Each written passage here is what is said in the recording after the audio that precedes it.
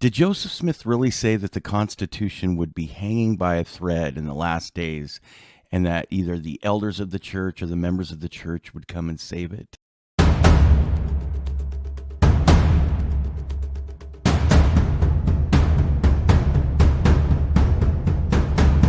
All right, brothers and sisters, welcome back to The Last Dispensation. You're living in it. I'm your host, Troy. We are back. We are in. We're connected. We're locked in. We're linked in. Let's do this. All right. There's no doubt that Joseph Smith taught this principle. He said it himself, and there are second-hand accounts from very good men and women in the church that he did say it. But what exactly did he say? Their accounts may differ some, but for the most part, I believe strongly from the evidence that Joseph, he did teach it. However, which context was correct? I would say which context is correct. And I'm correcting things as I speak. Let's start with various authors. Constitution hangs by a thread. This was James Burgus. Well, who was James Burgus? James Burgus. This is a picture of James Burgus. He was born in England, 1818, baptized 1840, served a mission in Britain. Good member of the church. Proselyted. He was a 70. He was a general authority of the church. And he finally died in Utah, Smithfield, Utah. Is that Cache? 1904, May 30th, age 86. Okay, so this is what he said. He said that Joseph Smith stated the time would come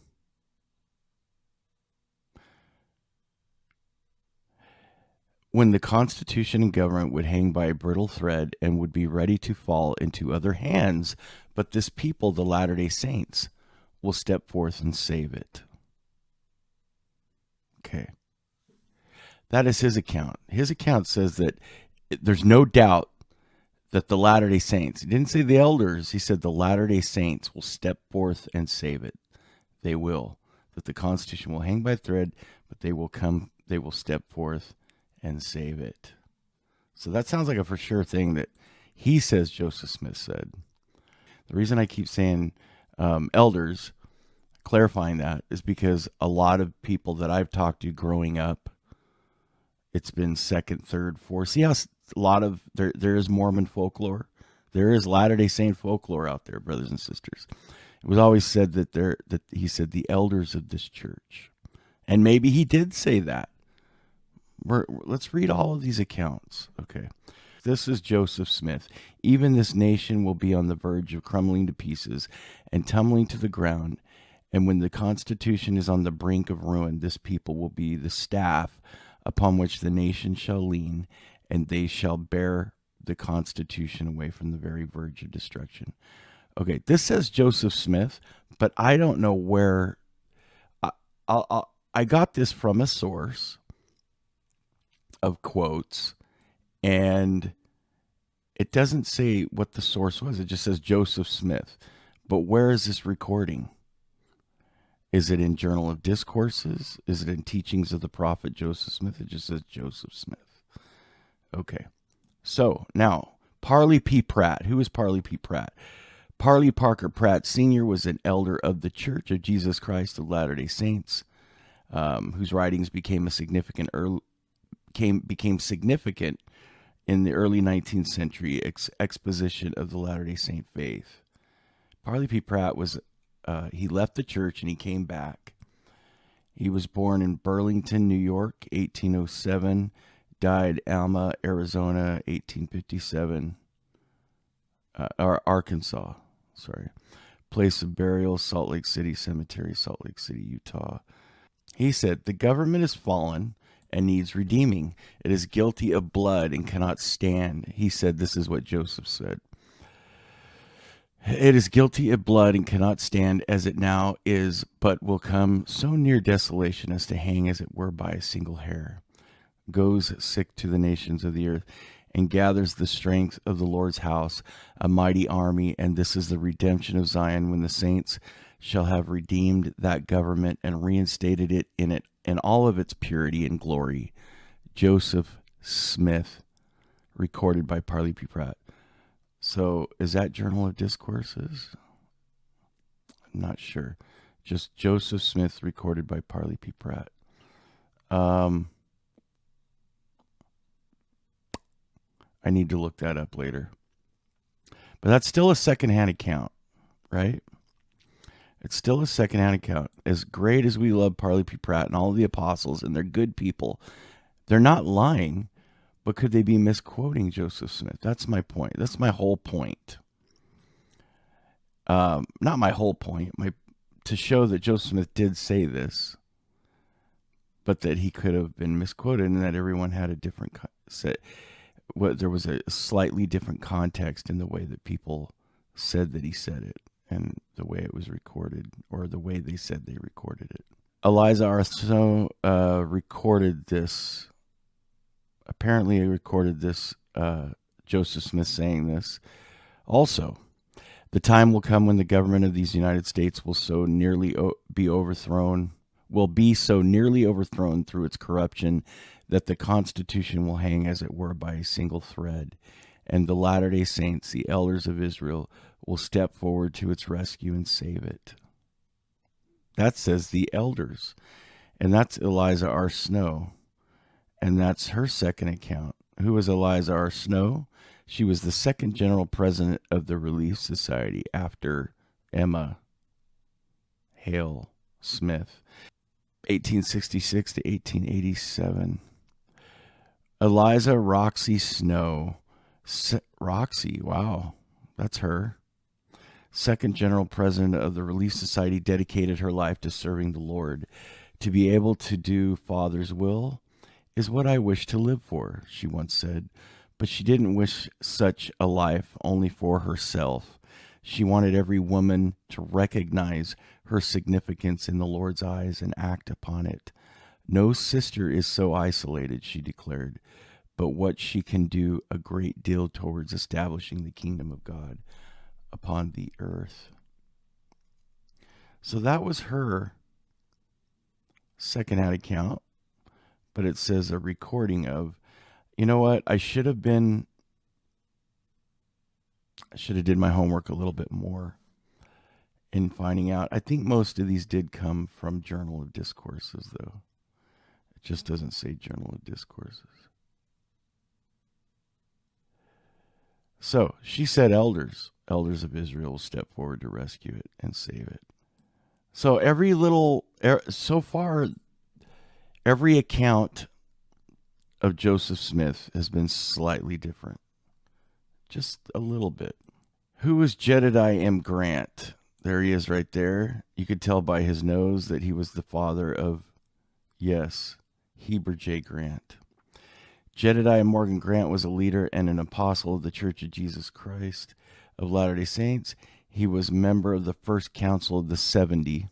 So he was in the First Quorum of the 70 from 1845 to 1854 and served in the First Presidency under Church President Brigham Young from 1854 to 1856. Born in Windsor, New York, 1816. Died in Salt Lake City in 1856. He was buried in the Salt Lake City Cemetery. And his son was Heber J. Grant. Let's see what he said. He said that Joseph Smith said, when the Constitution shall be tottering, we shall be the people to save it from the hand of the foe. That's pretty basic. I don't think he perjured himself, or what would it be? I think he gave a pretty standard testimony of what the prophet said. Doesn't seem like he added or took away from anything there. So that's Jedediah M. Grant. Now, Charles W. Nibley, October 1923. Who is Charles W. Nibley? Well, the last name gives it away, right? No, he wasn't the father of Hugh Nibley. He was the grandfather of Hugh Nibley. That's right. He was born in Scotland in 1849. He was the fifth presiding bishop of the church between 1907 and 1925, and part of the first presidency until he died in 1925, buried in Salt Lake. Hugh Nibley was one of his grandchildren, sorry. And I don't know who Hugh Nibley's father. I don't know if Hugh Nibley's father was Preston or Alexander. I should look that up later. Brethren and sisters, let me say in closing that we have it of record that the prophet Joseph Smith said the time would come when, through secret organizations taking the law into their own hands, not being governed by law or by due process of law, but becoming a law unto themselves, when by those disintegrating activities the Constitution of the United States would be so torn and rent asunder, and life and property and peace and security would be held of so little value that the Constitution would, as it were, hang by a thread. But he never said, so far as I have heard, that that thread would be cut. I believe with Elder Richards that this Constitution will be preserved. But it will be preserved very largely in consequence of what the Lord has revealed, and what this people, through listening to the Lord and being obedient, will help to bring about.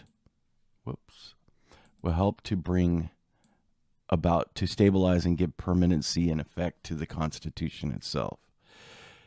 That also is our mission. That also is what we are here for. I glory in it. I praise God with all my heart, soul, that I am a member of it. I love that. I love his statement. And I'll show you another one that I love. It's actually the last one. So it's because I love clarity. I love truth. I don't like embellishment.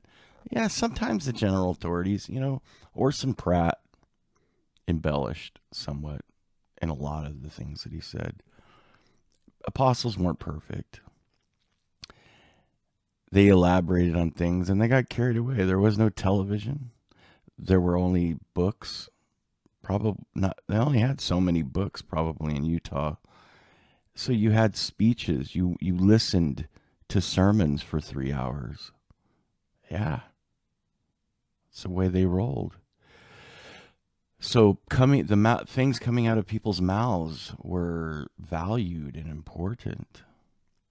Why did I bring this up today? Why is this my topic? Because we see the Constitution hanging by a thread right now. I remember when we would read things like this, maybe in the 90s or the 80s, on my mission in high school and seminary and institute. It was something way far away in the distant land of the future that all of these calamities would be happening. Now I see them right in front of me, brothers and sisters. I see them right, and you do too. All right, moving on. We all know who Ezra Taft Benson is. He was a farmer, religious leader. He was the 15th Secretary of Agriculture for the United States of America under Dwight D. Eisenhower. General Eisenhower, who became president in the 50s. 1953, I believe. I always get this wrong. Was it 54 or 53? Eisenhower became president. And then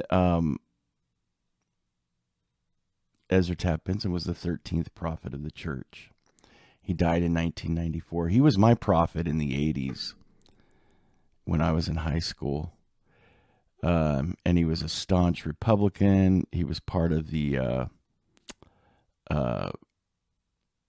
he was a big proponent of conservatism and the Constitution. He was a member of the John Birch Society. All kinds of good things. Anyway, what did he say? What did our good prophet Ezra Taft Benson said? And I believe he was somewhat controversial, even among some of his brethren. This was in 1961. In connection with the attack on the United States, the Lord told the prophet Joseph Smith there would be an attempt to overthrow the country by destroying the Constitution. Joseph Smith predicted that the time would come when the Constitution would hang, as it were, by a meaning if it was, as though it was, hanging by a thread, and at the time, this people will step forth and save it from the threat. There's this people again. From the threatened destruction. There must be an actual, Journal History, Brigham Young speech, July 4th, 1854. That's what they're quoting a lot, probably from. It is my conviction that the elders of Israel, but I don't know. This is some messy stuff, isn't it? I would like to know exactly what Joseph Smith said. And I'm going to get back to you guys. I will retrieve that information and report. It is my conviction, and maybe I'll report, sorry, I keep stopping, in a post, okay? But if you guys know, look it up, and put it in the section. Don't look up secondhand accounts. I don't want those. We have those. I don't want, hearsay. I want, this is exactly what Joseph Smith said. This is where it was recorded. This is what he said in his own words. Is it in Journal of Discourses? Let me know. It is my conviction that the elders of Israel, widely spread over the nation, will at that crucial time successfully rally the righteous of our country and provide the necessary balance of strength to save the institutions of constitutional government. Okay, well, or the members of the church, the elders and sisters. J. Reuben Clark. Well, he was an attorney and civil servant, an apostle of Jesus Christ, born in Grantsville, Utah.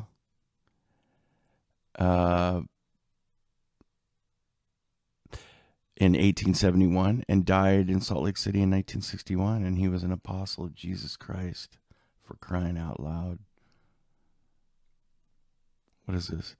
Books, Memorandum on the Monroe Doctrine, and more. What did he say? He said, you and I have heard all our lives that the time may come when the Constitution may hang by a thread. I do not know whether it is a thread or a small rope by which it now hangs, but I do know that whether it shall live or die is now in the balance. I have said to you before, brethren, that to me the Constitution is a part of my religion. In its place, it is just as much a part of my religion as any other part. It is a part of my religion because it is one of those institutions which God has set up for his own purposes. And as one of the brethren said today, set up so that this church might be established, because under no other government in the world could the church have been established as it has been established under this government. Beautiful. Beautiful. That's so true. And the Constitution cannot thrive without the church. I believe that. And the church needs the Constitution to thrive. That's why the headquarters are not in South America. They're not in Germany. They're not in Russia. They're not in Scandinavian countries. They're not in Africa. They're not in China. They're here in this land of the free and home of the brave. We know who Brigham Young is. Brigham Young was an American religious leader and politician. He was the second president of the church from 1847 to 1877. Led the pioneers to Salt Lake. Born 1801 in Vermont, died in 1877 in Utah. I know exactly where he's buried because it was right across the street from my second apartment on my mission in Salt Lake City. And this is what he said. He said a couple things. He said, how long will it be before the words of the prophet Joseph will be fulfilled? He said, if the Constitution of the United States were saved at all, it must be done by this people. by this people. It will not be many, not just elders, but by this people. It will not be many years before these words come to pass. And this is Journal of Discourses, Brigham Young, chapter 2, verse 32. Brothers and sisters, our friends wish to know our feelings towards the government. I answered, they are first rate, and we will prove it too. Because they were getting a lot of flack as dissenters from the government. They moved west. They didn't participate in the Civil War, yada, yada, yada. But they did help out in the Mexican-American War, right? I believe. I answer, they are first rate, and we will prove it too. They were the Mormon militia. As you will see, if you only live long enough for that, we shall live to prove it is certain. And when the Constitution of the United States hangs, as it were, upon a single thread, they will have to call for the Mormon elders to save it from utter destruction, and they will step forth and do it. We love the Constitution of our country. It is all we could ask. Though in some few instances there might be some amendments made which would better it. We love the federal government and the laws of Congress. There is nothing in those laws that in the least militates against us, not even to our excluding common law from this territory. I can inform our lawyers who plead at the bar here that the Congress of the United States have passed laws giving us the privilege of excluding common law at our pleasure, and that too without any violation of the Constitution or general statutes. They have also given us privilege to stop drunkenness, swearing, and gambling, and to prevent horse racing. And I wish those were the only things we were dealing with today. And to punish men for hurting and robbing each other. The Constitution of the United States and the whole federal government in their acts have given us this privilege. The sins of this generation, brothers and sisters. Journal of Discourses, Brigham Young, Volume 7, page 2. Will the Constitution be destroyed? No, it will be held inviolate by this people. And as Joseph Smith said, the time will come when I'm not so sure about this anymore. I'm not saying a prophet of God is wrong. But was he speaking in his opinion here as a prophet? The time will come when the destiny of the nation will hang, this is what Joseph said, will hang upon a single thread. At that critical juncture, this people will step forth and save it from the threatened destruction. It will be so with regard to the doings of our fathers and the Constitution of the United States. I have to say, they present to us a glorious prospect in the future, but one we cannot attain to until the present abuses in the government are corrected. John Taylor, Volume 25, page 41, Journal of Discourses. Is that Volume 25? I believe it is. It looks very much like as though, or are those in sections? The Journal of Discourses? Let me know. Let me know. I've never read the actual Journal of Discourses. It looks very much like as though the time was drawing near when this country will tumble to pieces, for if the people of this nation are so blind and infatuated as to trample underfoot the Constitution and other safeguards provided for the liberties of man, we do not propose to assist them in their suicidal and traitorous enterprises. Well, you don't have to worry about it, President Taylor, because none of you will be here during that time. For we have been told by Joseph Smith that when the people of this nation would trample upon the Constitution, the elders of this church would rally around the flag and defend it. See, I don't know exactly if that's what Joseph Smith said, because that's the first time I've heard that. And it may come to that. We may be nearer to it than some of us think, for the people are not very zealous in the protection of human rights. And when legislators, governors, and judges united seeking to tear down the temple of liberty and destroy the bulwarks of human freedom, it will be seen by all lovers of freedom that they are playing a hazardous game and endangering the perpetuity of human rights, for it will not take long for the unthinking to follow their lead. This is so what's going on today. And yet may let loose on element that they never can bind again. We seem to be standing on a precipice, and the tumultuous passions of men are agitated by political and party strife. It's more than that, brother. It's more than that, what's going on today. The elements of discord are seething and raging as if portending a coming storm. And no man seems competent to take the helm and guide the ship of state through the fearful breakers that threaten on every hand.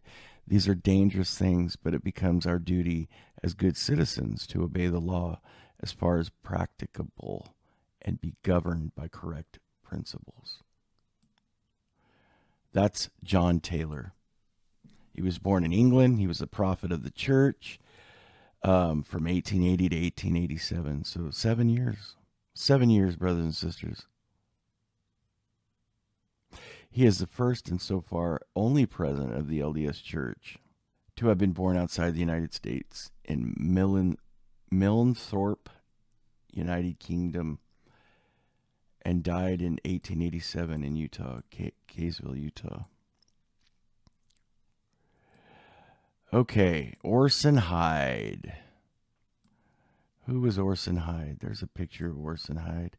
Doesn't he look like some good old ward missionary that we all knew on our missions? If you could put him in different clothing and kind of get his hair a little bit more kempt.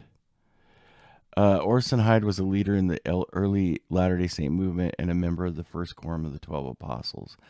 Born in 1805 in Connecticut and died in Spring City, Utah in 1878.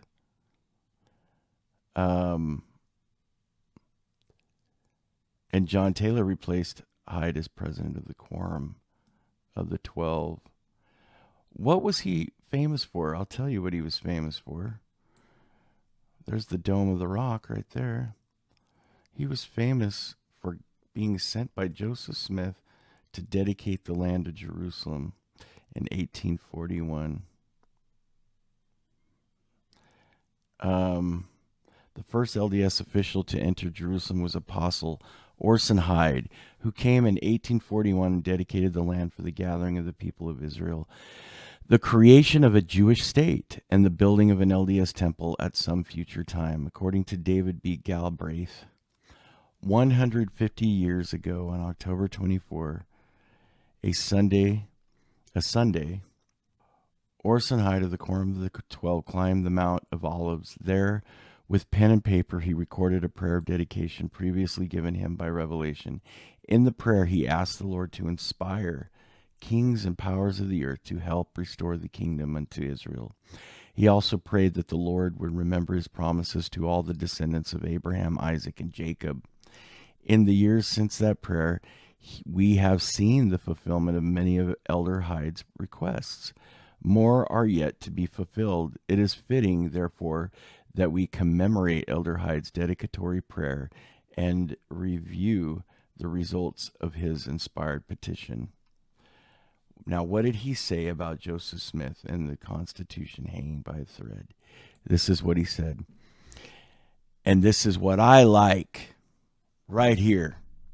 It is said that Brother Joseph in his lifetime declared that the elders of this church should step forth at a particular time when the Constitution should be in danger and rescue it and save it. This may be so. This may be so, he said. But I do not recollect that he said exactly so. And I believe Elder Orson Hyde.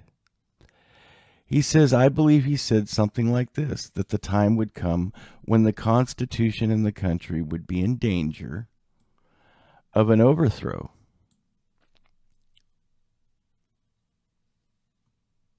We're there today, brothers and sisters. Do we see that happening now?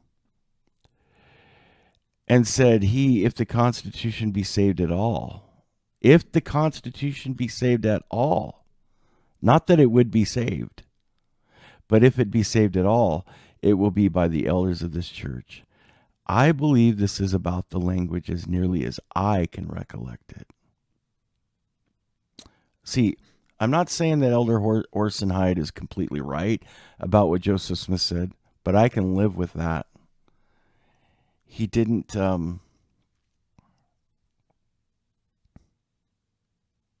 There's nothing pretentious or embellishing about this at all. I'm not saying the other brethren and sisters embellished. I'm saying they did the best they can to remember what he said, and maybe I read some things that were completely accurate that he said, but I can live with this. Until then, give me something in the comment section, and don't forget to like this channel, hit the bell for notifications, like the video, share the video, subscribe to the channel. I said like this channel. I always get this wrong and screwed up. And comment, even if you just say hello or let me know what Joseph Smith said exactly. No secondhand accounts. And anything else you want to comment on. Anyway, that's it.